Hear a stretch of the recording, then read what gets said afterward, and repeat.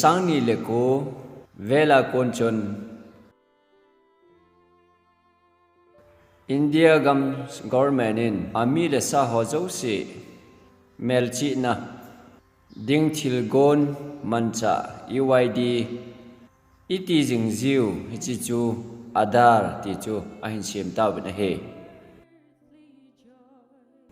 mi kon khat in sahim mel chi na hi te in ti a he ji u chun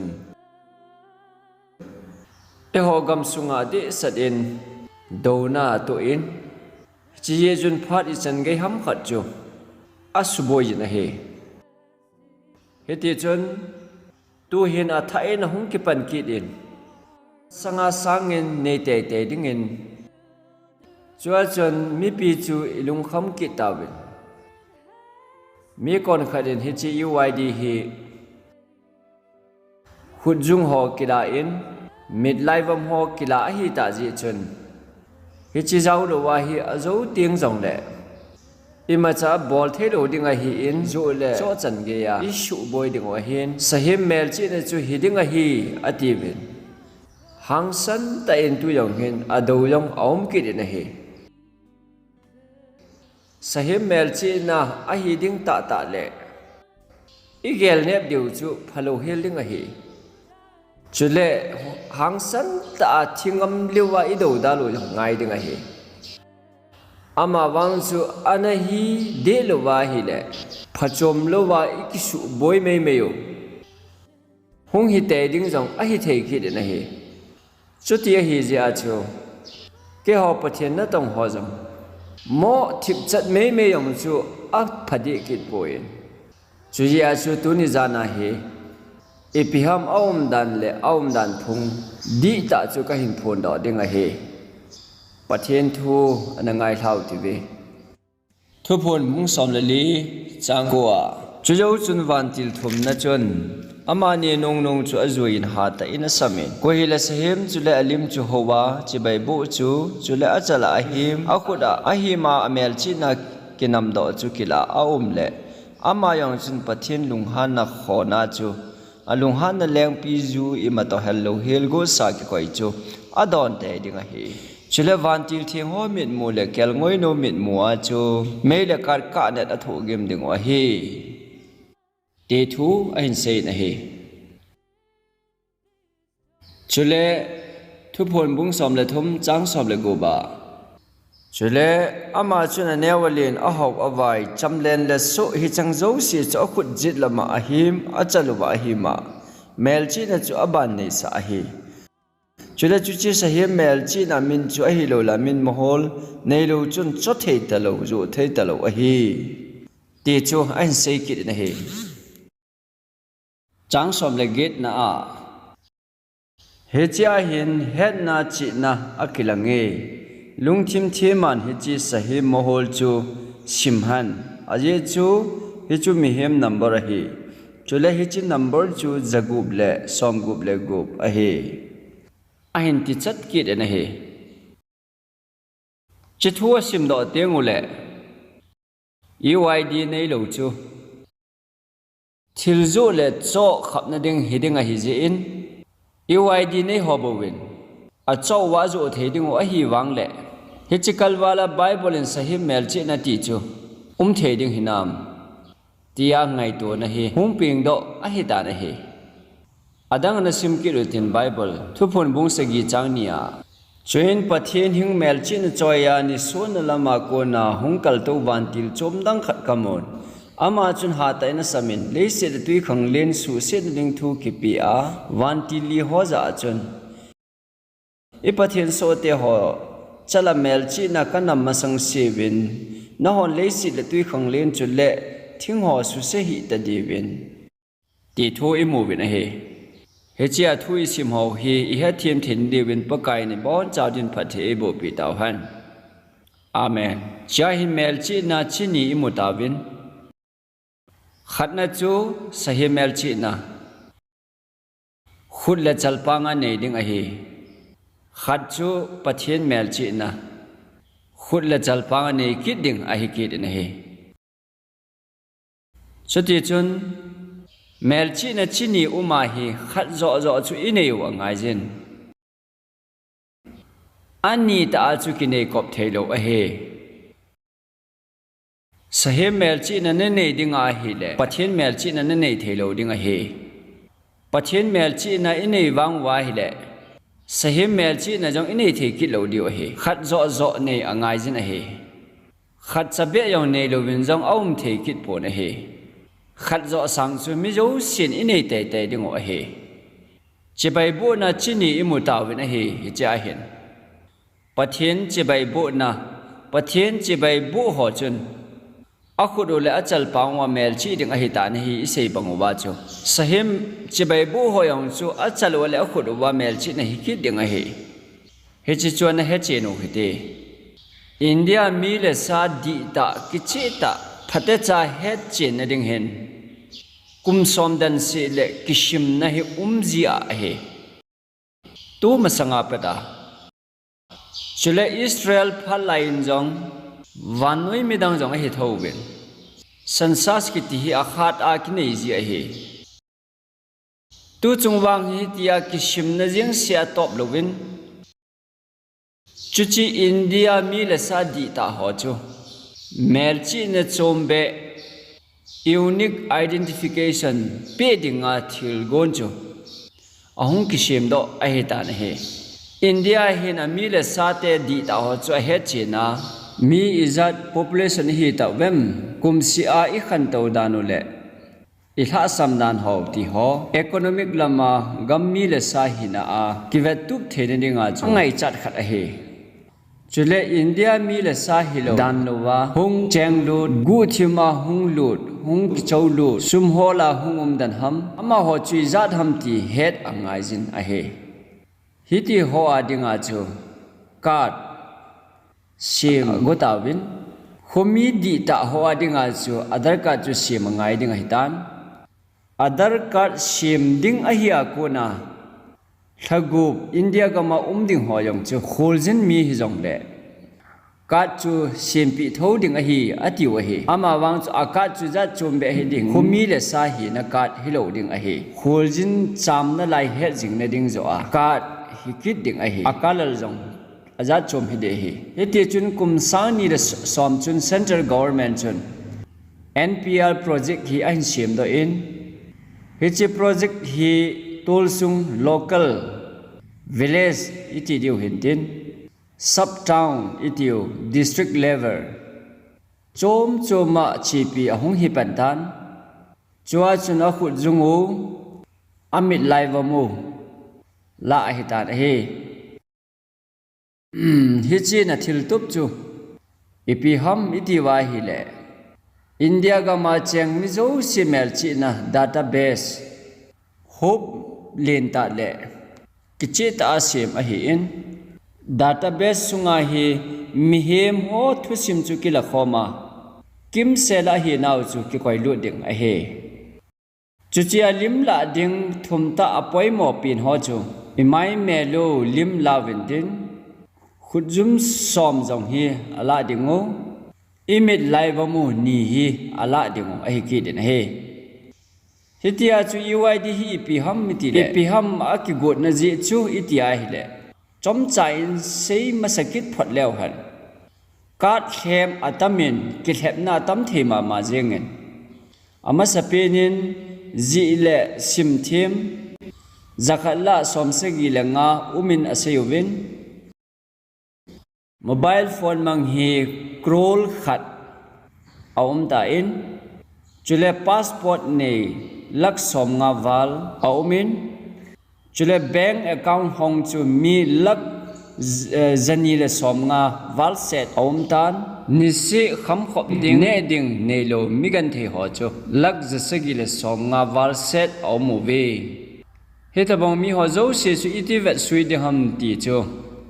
iti mala na ine diu ham ti ho jong chu chikisim na le khule mi ki mel chi na ko na he phachum the dinga a he do a hita na he abana chu india ga ma mi zakhat la somgit set he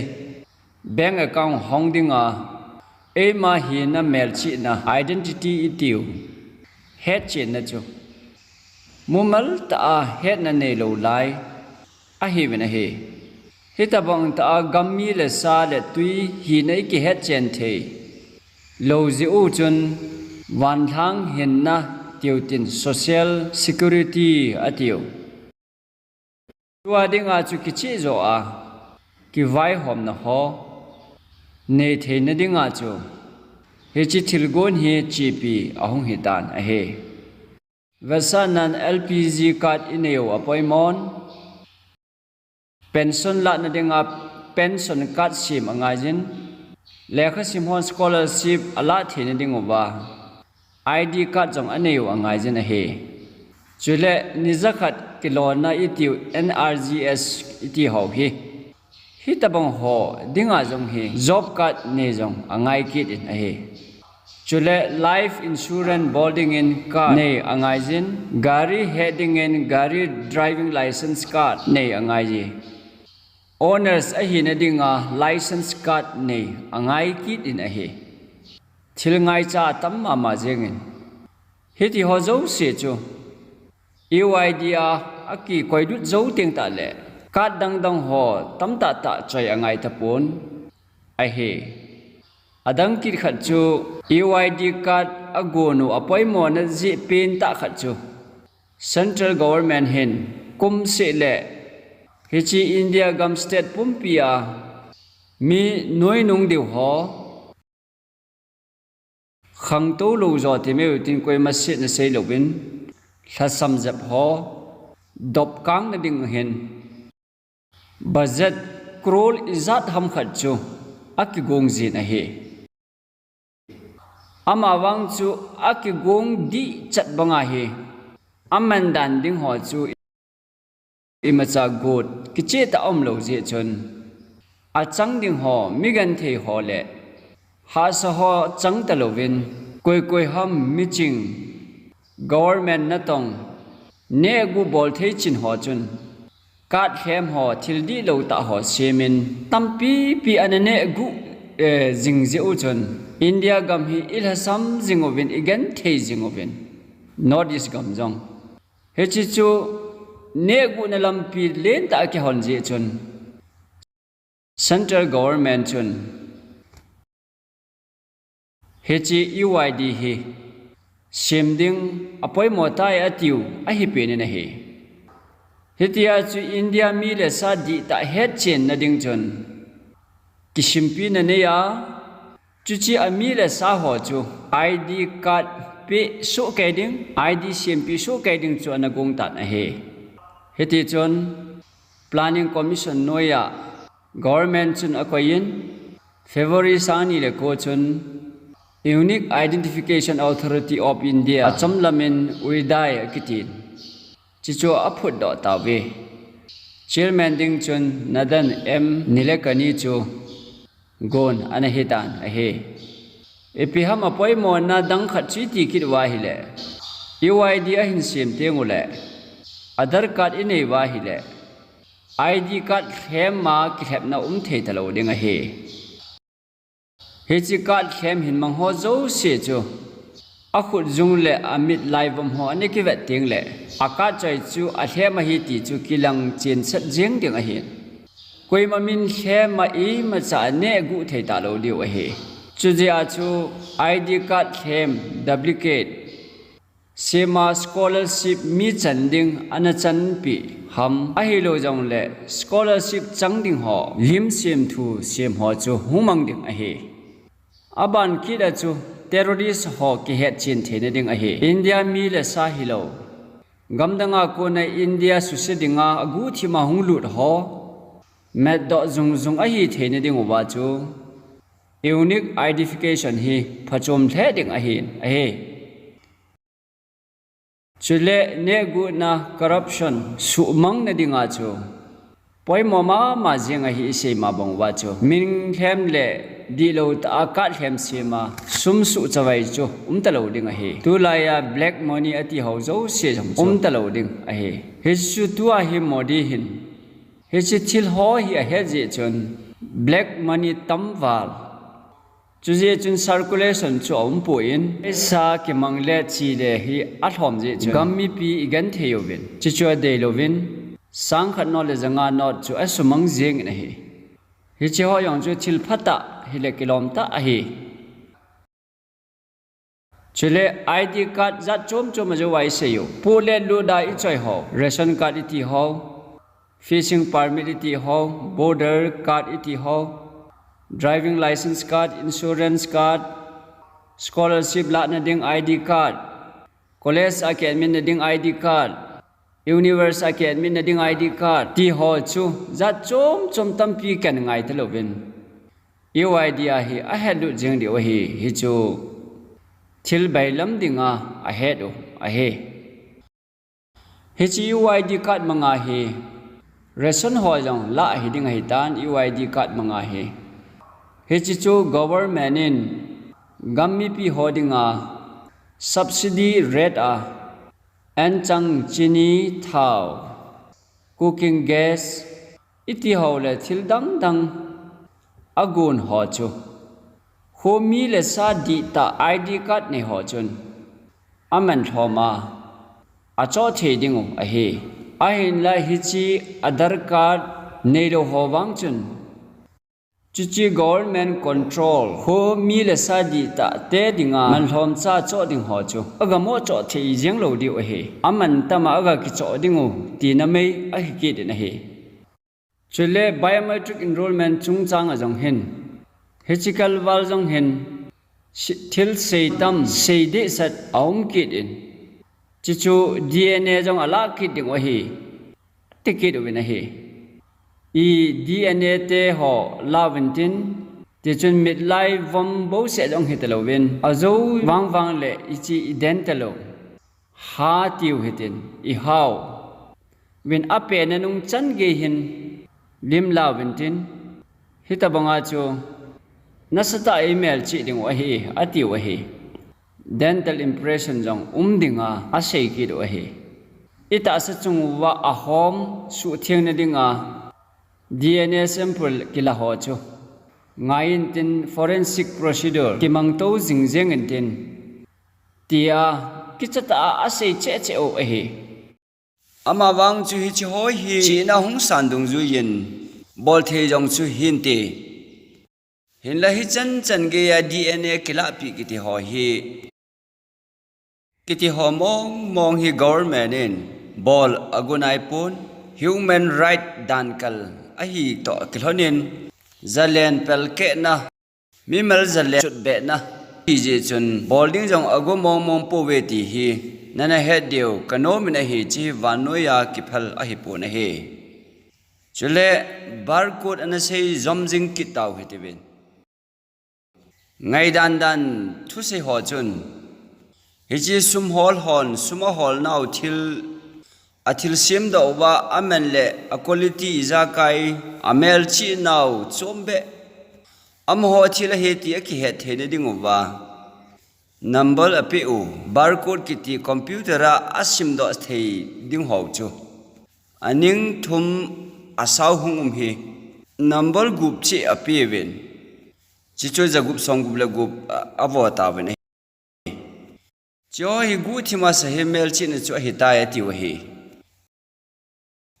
chi mapuya ngai to na mei chen la hin ki sei do hanang hi le ki tu bep 70 ti ka he na hi du thu sa ma hi cho chu hi chi barcode ki ti ho hi noble number gate ho akoi thewin number ku jong akoi thewin jagup song gup le gup ga koi pi ji a chu sahem number ti aga me be jing chu thil nuizat ta a chi do a hi chule hi chi barcode hi asau achom chom lu hel ki bang chata si mo yong aumen chu ya chu jagup song gup la gup ga pi chom na ding ti chu om the mong pu na he jage song ge le ge jong pi the hi poi hi chi barcode ki ti ho hi cho mang cha hi sim the a hi in scanner iti win hi ti ho mang cha he wanoi hi chi pi a hi ta in chu ji a chu wanoi he khang to che en sum hol jong abai lam tan foreign ai chi ding mong le มิดไลวอมเลี้ยวขุดจุงมุละลวาจูฟอเรนจีเทฮิป่วยตีฮีอันเฮลหิติเบฟอเรนจีจิงฮอนเฮสุเกวินเฮแอร์พอร์ตอะขุดจุงเมลจีน่าลาวินดิลีอากูนินกะเลงดอวินจันไลปุงขัดาดิจุนลอนดอนขุปีอาคกิงาวินก็ขุดจุงเมลจีน่าละกิดอุนก็มิดไลวอนอเววินก็พาสปอร์ตอเวกิดอุนจัวดิลีอาก็ขุดจุงเมลจีน่าเล่ก็มิดไลวอมท่าเล่ก็พาสปอร์ตอิจากายจัวอะคอมพิวเตอร์วัชนกิบุยจบโซเกฮิเจชนพาสเตอร์พีเอลเบกชนะอเมริกาชีดิงเฮมิพลาวเฮปุยที่เฮเจชนพัฒจานก็ชีไปไทยตานเฮอเมริกากามาก็กระทุนพัดจน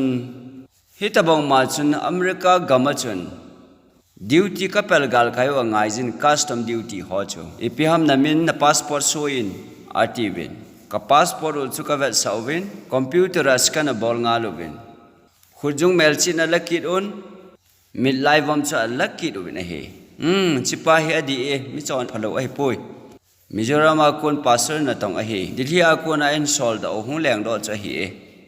อเมริกาลุเทเยตินกลุตาวินเฮเขานมจันเขามุนก็กิเลดิ้งเตียงเลยชิตาบังมาอาจูเอลปวดโจเสียอินเช็คกิดว่าเคมามองก็เฮมิดังอัลเฮมมองเฮปุยตีกิจิตาเฮเทนาวจูก็ขุดจุงเล่ก็มิดไลฟ์วอมกิบะจีเฮจิจุเกียดิ้งเซฟตี้ก็กิเวนบิดนะฮิจอนเฮสาเหมโตกิกุยจบน้ามองอันนี้เราเฮตีจูอินเฮเดียวพากษานเฮมีพระแบบขัดจุนอามาไงตัวอ่างไงตัวคิดอุนขุดเจ็ดลำขุดจุงอัลละน่าจะอุจงเฮอติบินไบเบิลจุนขุดเจ็ดลำมาสาเหมเมลชินเนดิ้งเฮอติจูอดีตายอติคิดอุนเฮเห็นละทั้งกูระคำเป้าบังเงินทราบกำชีขลุ่ยบังเงินตีบังเงินเฮ็ดนั่นหอมจีโจอเฮบวินเฮขุดเวลำขุดจุงจงกิลทวเห็นขุดเจ็ดลำจงอเฮทวินขุดเจ็ดลำอากิลาจีอากิจัดตาขุดเวลำอากิลาจีอากิจัดโลกดานาที่เสียดีจมพนกิบังสุเกอเฮตีเฮ็ดดิ้งอเฮนเฮ็ดจีไอเดนติฟิเคชันอาดิ้งบ่อเฮมีเฮมอามามองเฮตีเฮ็ดจีน่าไอเดนติฟิเคชันอเฮอิเสตามาบังจีพาสปอร์ตจะเฮเจงเงินพาสปอร์ตจงหินวีซ่าอากินำดอกจินวีซ่าลิมละจุเอนะเบะปีจีบินอิจีนอมนักโคกามาจนอากิจีจินอิเสบังอบินอิขุจงเมลจินนั่นแหละมิดไลฟ์วอมจนเวจีบินนะเฮจุเลตุลายาจัดดิ่งไอ้กิเสปีคิดว่าจูไบโอชิปฮีไอ้กิตานะเฮไบโอชิปอิติวจูอีปีฮิตามไมโครชิปอิติวจูชิปเนวจะขัดเห็นมาจังเลยไอ้หัวไบโอดัตตาอีฮีนาวคิมเซลาคิคอยลุดเฮฮิจาวตาบองเนียวจ้าจูอาเซียมเทียมตาวันเฮจิจูอีเดียเฮเลอีวุนกิกายองกิกอยเทเฮฮิตาบองอาเฮอาขุดวุนกิกาวายองอากอยอเฮฮิจิเฮไบโอชิปกิมูเทดันจ้าฮิตานะเฮ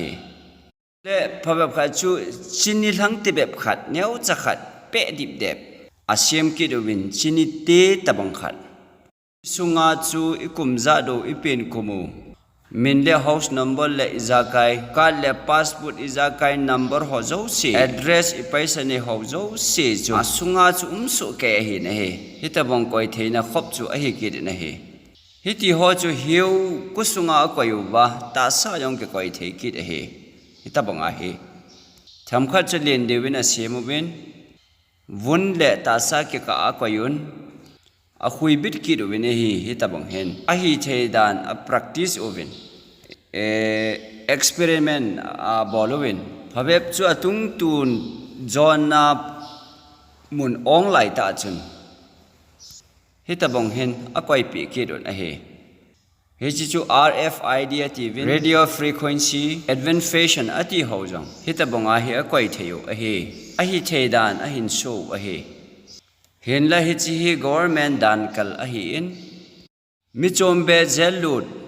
มิจอนเสียกวยหำหอกอะไรมังเดียกี่จัดหอจู government พัลนามังอาฮิตาบังชีพหอจูกวยลุดปีเทอหิเบฮิจิฮอฮีอีกเสกกี่จัดปีบินตัว UID อหินฮิตาบังชุตาบังจุนเอามิน microchip very chip biochip กี่ที่เที่ยวจะขัดจุอันกวยดิ้งน้องหันละเฮปูวินาทีน sahim mel chi na chu na nei su ke di he chimang lo chu paisa deposit the pobin tin bank a chi the pobin tin imacha cho the ta pobin tin sahim mel chi na mong hi ding a hi ti ho in chula mit lai vam ke lai ong chu chalpang ke nei ji chun chalpang a mel chi na ki ti chu hi ding a hi tan ti ho ta bo ngai dana thu se me chu tam the jeng na he chule healthcare Obama healthcare chu akichakit ma jeng na he Obama healthcare la chu he RFID ETU radio frequency identification ho jo se chu koi win tin healthcare la lu jo se chun he ta bong ho hi je chun ki cha do min he chi sahim mel chin hung hi ding a hi ti in he cho chu bank account to ki sop ding data ho jo se chu record su ke ding a hin tia se ki cha ji wa hi ma wang chu tu ni jana hi he chin ma ding chui gam sung mi teo hin thil mong hi mi se jo se hi ita san di o hi pon ata adi I khul chil masat ngam diu a hi Obama healthcare kiti hi migan thei chombe BPL chin ho adinga shim do a hi in mi ho sa hon bol thei a hi poi chule hi chi migan thei ho BPL iti ho chu anasimuba healthcare scheme alu do a hi jong le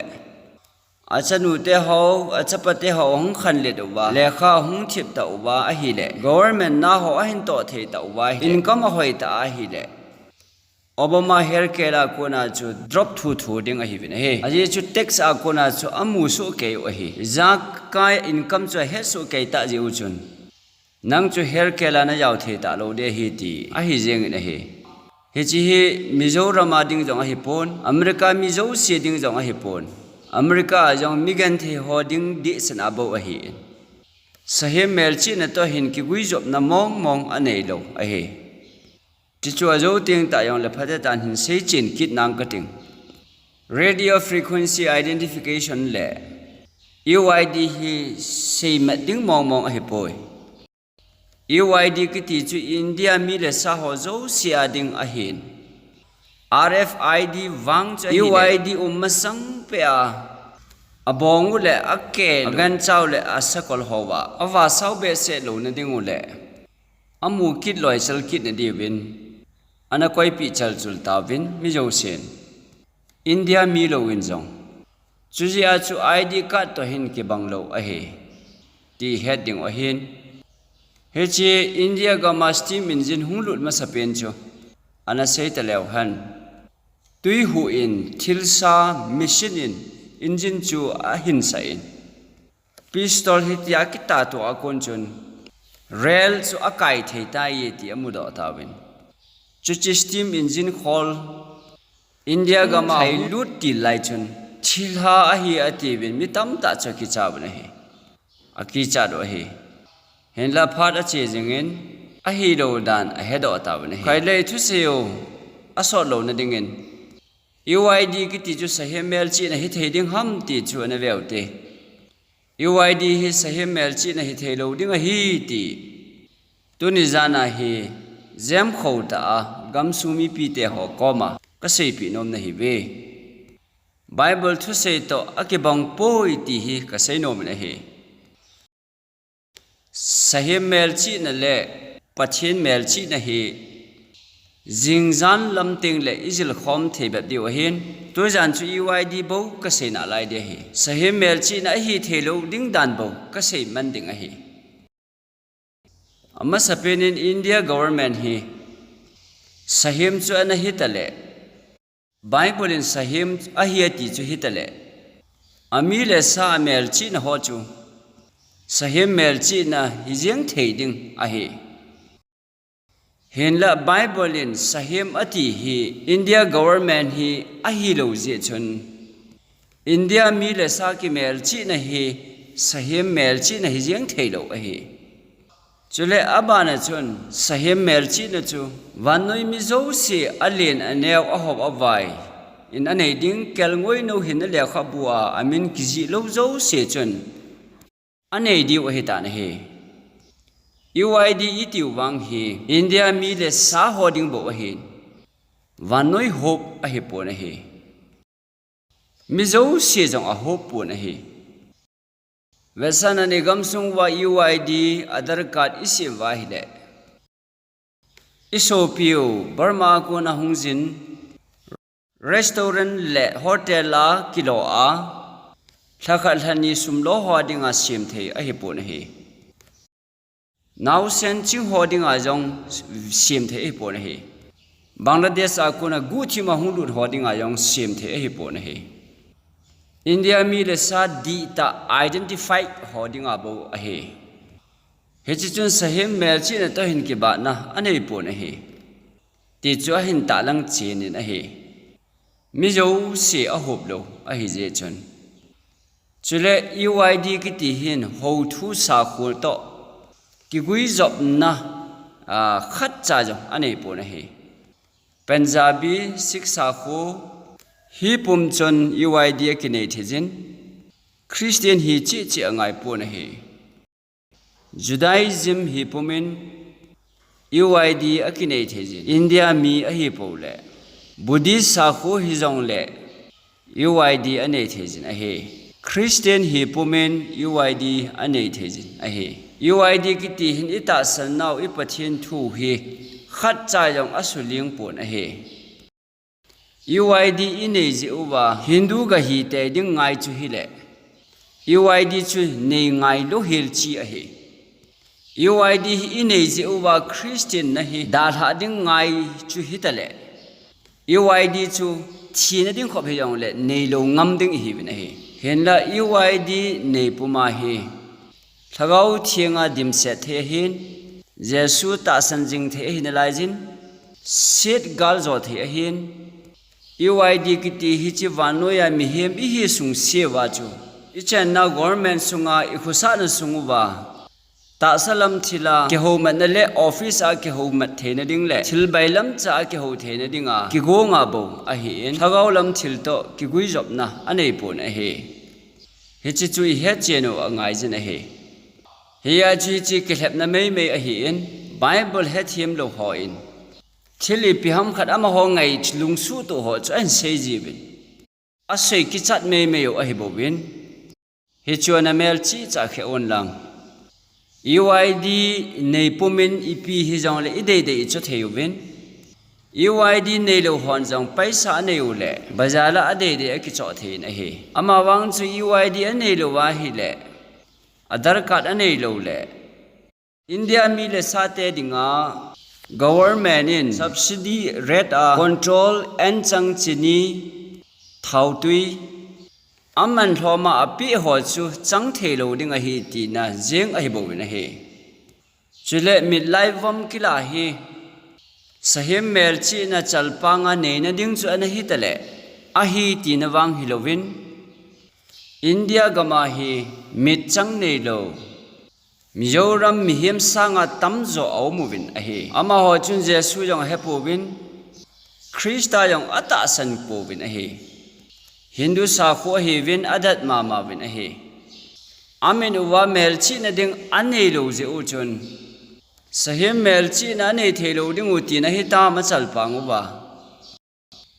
ngol hoi ta ahin hi chingai tu na hi ngai tu kim lo a hi mit lai vam kila hi chalpang mel chi na hi dan a sei jeng u hi mit hi chalpang a kiti khamong mong poe vanoya mit chu mit kiti a hi chalpang a hi mong mong po na hi chule mit lai vam kila chu sahim mel chi na India mi le sain Mizoram government mangin computer mangcha imit lai vamu ala u hi Sahemin email chi na ding u chu ana hita le chalpanga mail chi na ding chu ana hita le a hi ti na wanga hi pon pathen mi te chu chalpanga mail chi ding tho I hi win pathen mi te mit live vom chu koila ding hi tan tem hang pathen mi te mit live vom hi ko ha ma hung la dinga government na hung la ding hi dem Midlife am kila chu chalpanga mel chi dinga hi le hi chan ge chu ngai tu ngaya a hi chule hi chi khut jung lim kila chu chule khut jung lim kila chu fingerprint ta chu khuda mel chi na ding ana hi khale India in computer ra ilim ala u he pathian mi te khut le chala mel chi na ding hi koi computer manga pathianin ahung la sa ding hi dem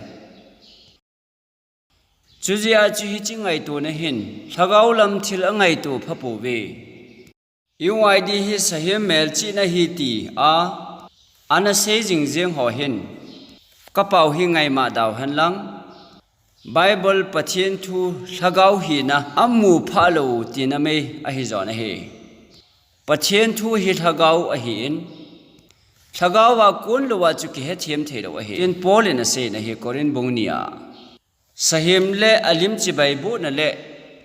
pathian chi bai bu na le khula chalpanga mel chi na thu hi symbolical term manga se a hi in thu phon hi symbol kampau amang ji na hi kel ngoi no wati le khuchilaya kel ngoi no kol hon a tha ji ho se na ko hi poi Jesus Christa se na a hi zo na hi sahemati jong le bong ham sai ham ai lo le ipi ham se na a hi po na hi satan ki se na a hi zo na hi symbol a hi zo na hi chutabong ma a chu chalpang ati jong hi chi chalpang ta ta se na a hi po na hi symbol tho a hi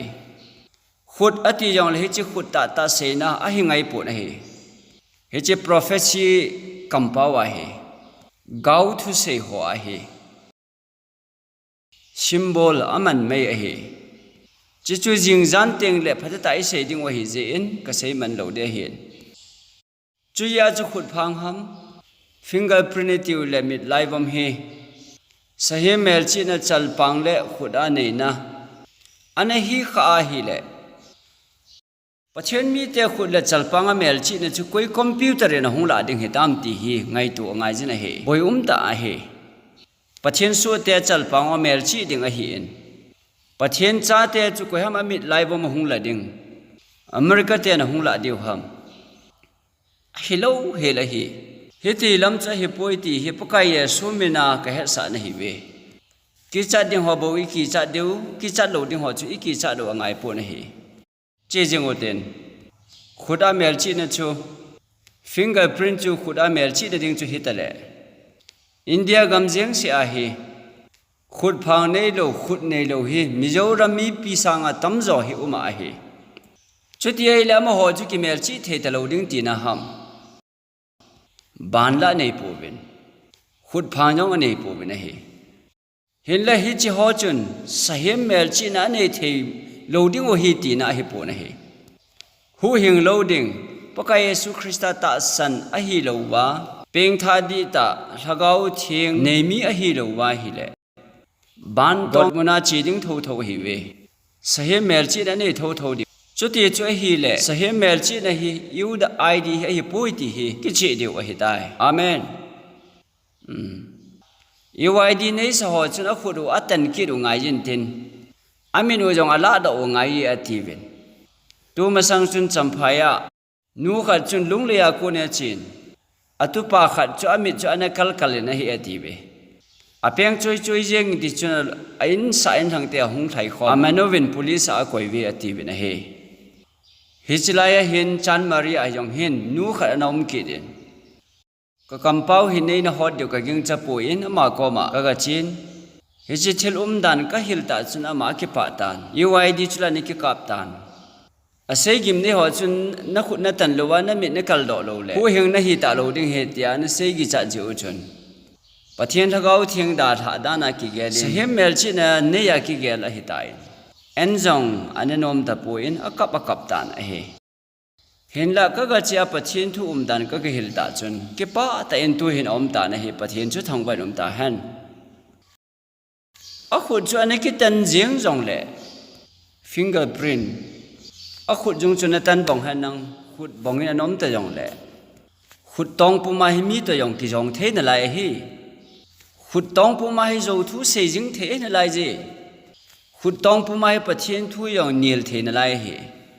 khut tan bo ki ti wan gam kai na a hi de pu na hi chule UID nei lo jeng se jong hi sahem mel chi na ko na ki van bit na jong a hi mong mong pu na hi UID nei nom lo hel ho zungol ve ho ama ho he hu hinga hi di ven UID nei lo helin jong corruption a ki bol the na hi zo a ki se jing the jin mi ta yong a ki jong the jing in UID nei lo si a chu pathin mel chi na nei ding ti na hi mong mong pu na hi UID nei lo hel pum chon sahem mel chi na chu a chang tho tho ding hi chu chu jing zan le ki chen jo ai sei ding wa hi chule khut jung lim chu sahem mel chi na na hiding tabang hele hiding hitale ka ti jing a he ke hin a hi lo ding zo hi kho ka sa zo a hi sahem mel chi na hi khut jung print hi hiding mong chu hitale computer len rit thelo na dinga sim chu abai lam kit na hi na khut chun me am ga thamin lang ga dul sa in lang hele chun computer I ma chan a sim di thelo hel ding a hi simen ho chu khoin lang simen ke hel ho chu na khut chun ga zut in lang simen na ho chu tong in lang ti chun ga thamin lang hele chun na khut dan chu asu sit gam de hi ta ipi computer hi jong le arit thei ta lo ding a hi chuta bang ma chu mit live am jong chu na mi chu na noi dul kha na mi da tha ja na noi sit kha hi le ipi computer in jong amudi thei de po na hi tuwa benga na tong ho yang khu dongun lang a beng over a computer ho khu password lock anamangu ven a hilo le fingerprint lock ho amangu ven computer hon na dinga sota ta bol huna mu khaw ba khudo chu tu ya chu adi ko ji ji o hin asu theng wa ta cha bol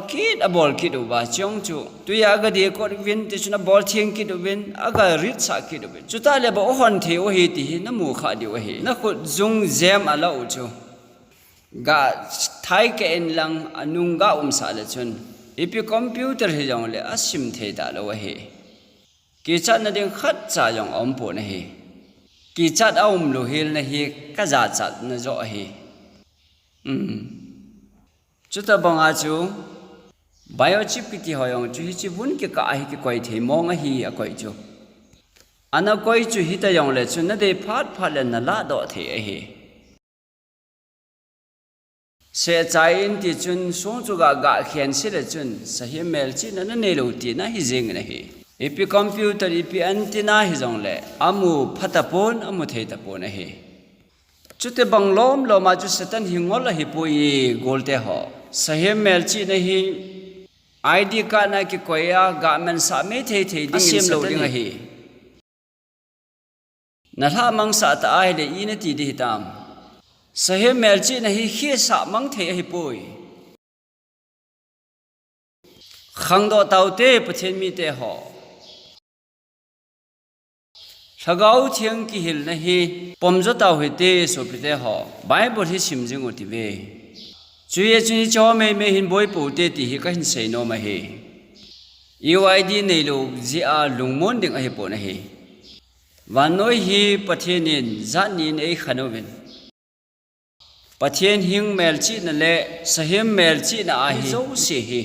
e khano a hi tua Roman Catholic Presbyterian Baptist Seventh-day Adventist UPC kiti ho hi pathena khu lo a hi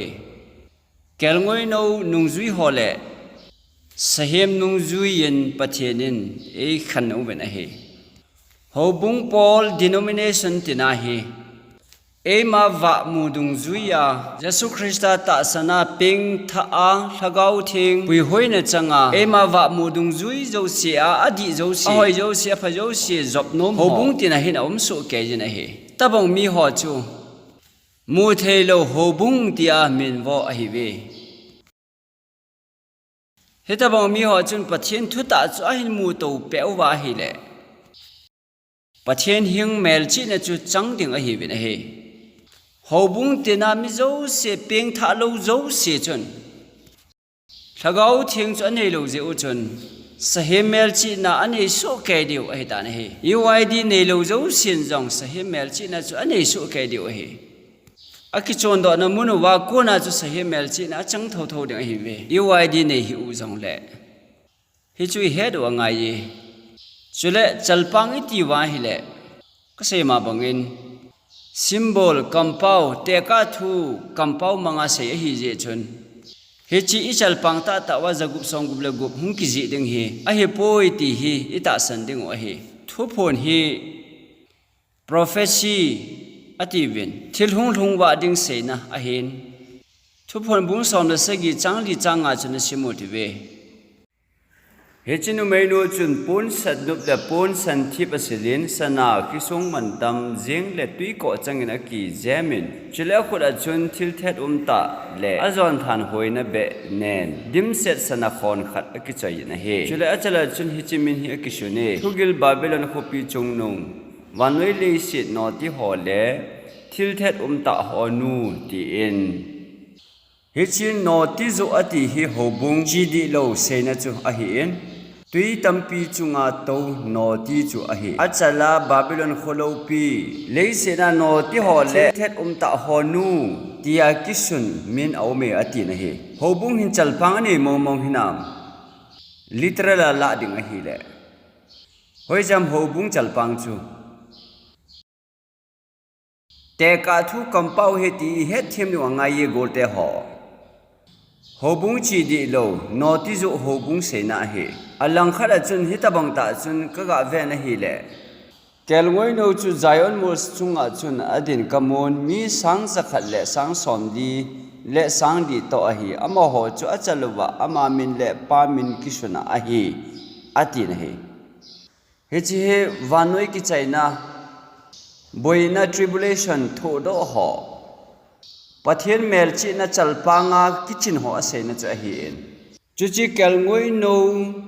zion mol chunga ding ho chalpanga chun pathian mel chi na amin le apa min akiji e ati zo a hi pathian min le pa min hi chalpang wa kiji ding hi le ipi computer a hung ji diu ham hu hing te chalpanga hi so pite ho pathian thu hi thagau hi thagau wa ko na he chi na nga ye chuya ji hi chi akilang the mu the khoi the thil ho a mel chi na hi pathian le satan hen hi sa mei mei the ding le su set mei mei the thil ho a mel chi ding o hi pui ti hi i he de wa nga ye chuya chu pathian thu hi izil jing ke wa ngai jin a he I pathian so te ho chala mel chi na kana masang sevin no ho le si le tui khang len chu le thing ho su se hi ta di ve a hin ti a hi pathian so te ti chu pathian chi bai bu ho se na a hin hu hing chang ding te se na a hi in ama ho chal pang mel chi ding a hi tho ki da a hi le midlife vom kila chu sahem mel chi na a kang o a hi le chalpang mel chi na dana kala le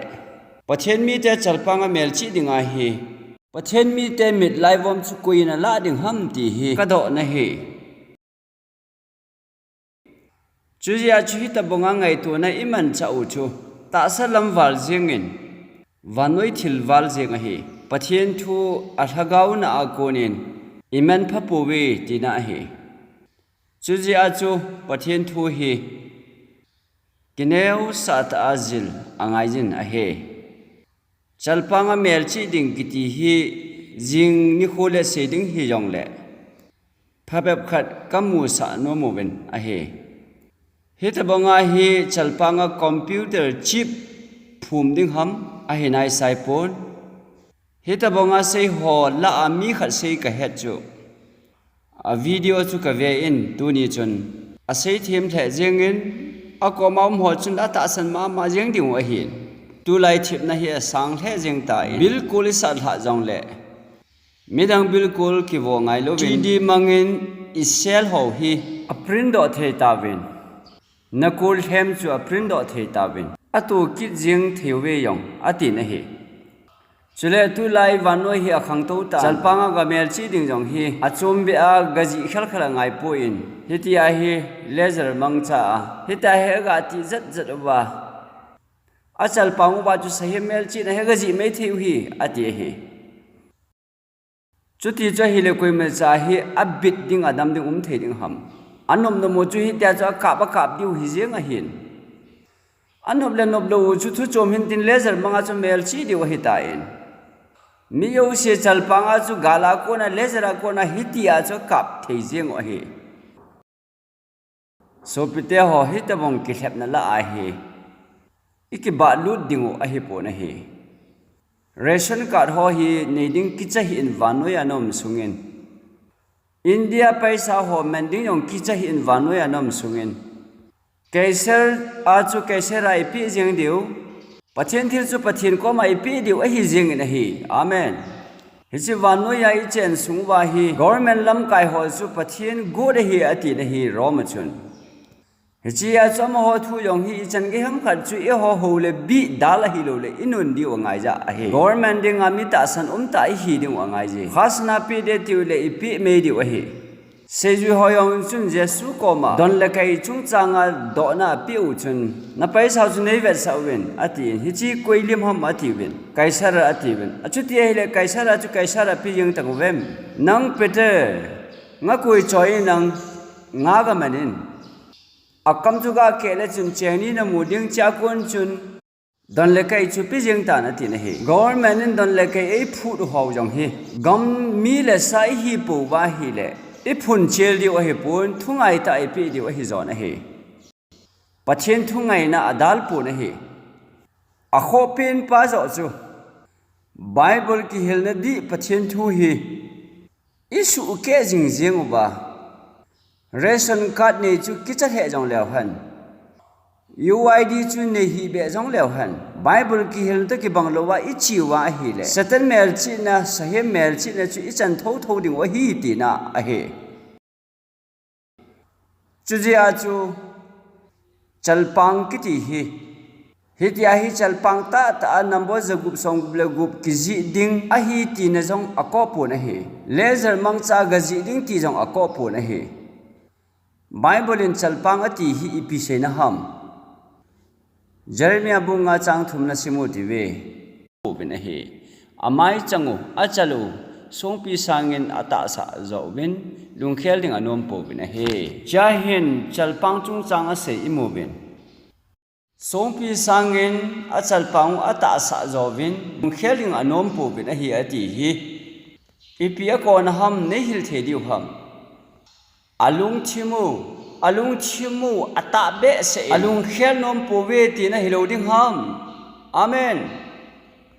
chalpang chu ni lung chimu ingai to now frontal lobe hichi ingai to now ahin vet sa zo ai ta na hi a chalpang chu songpi sangin ata sa zo vin alung khel nom po ve atia hi le lung changta lo chal se na a hi zo na hi Chuzia chu sahem mel chi na le pathian mel chi na ine ding dan hi lungsung lam zo I dei than na lam zo ba koi hi I ho ba koi hi chi bai I bo ba koi na zo I to ba koi thu zo I nun zo bem tia e ki mel chi zo diu a hi amen Chuzia chun jan kiting le izil diu hi apoi mol he jengin sahem mel chi na het na diwa chu koi hi sahem ham ti het na sat diu angai Sahem ki senjong hedo nai lo ba sahem mel chi na ga ki sei pi diang chungol hoita he chuye chun tu ni jan hin pakai Jesu Christa hi ita sanuwa mi ho ta san sangin pakaya ta sana ki sela phazoi ati wa tabangin je bible bo se hi ita san ki ngap nau hiding dol he amen Hechi thuta hi het thiam thena dingule pathian mel chi na hingta ichan thena dinguvin ithu se na ho pathian phathe ebo pi daw han amen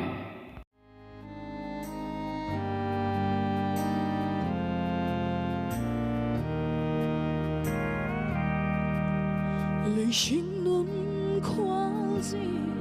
cùng ngã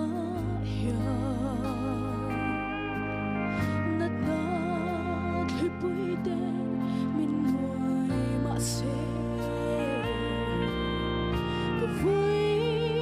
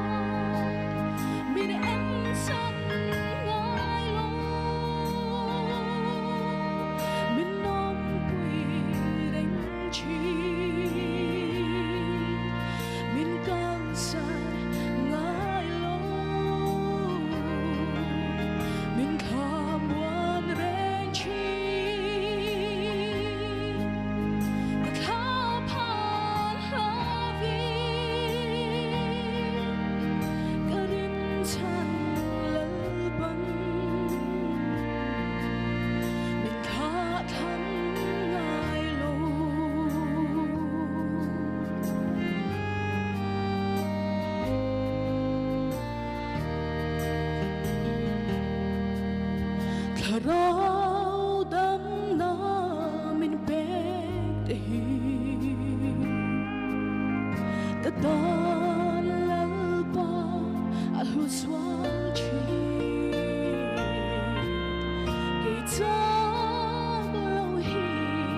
lal pa ka ao thom mi ngày khác sa chinh vangi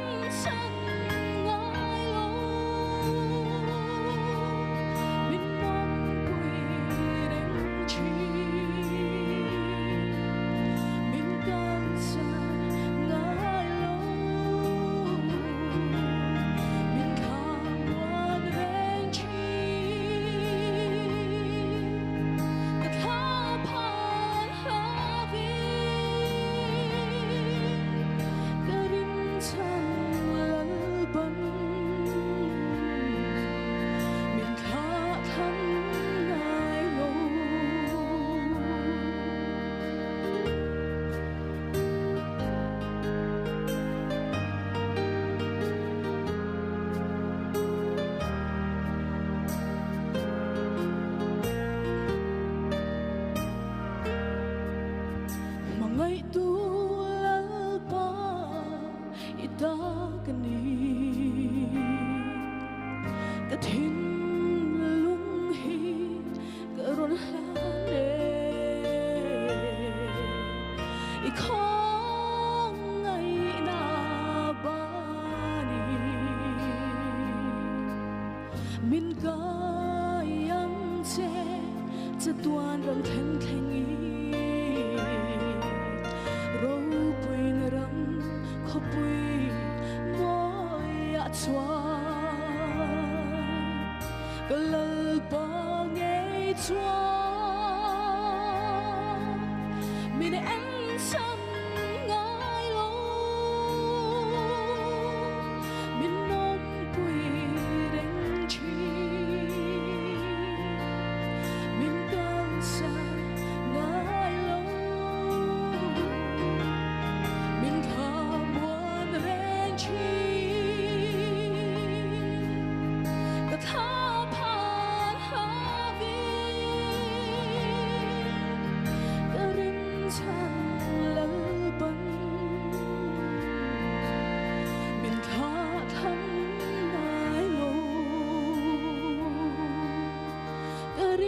ฉันลัลปันมินข้าทำง่ายโล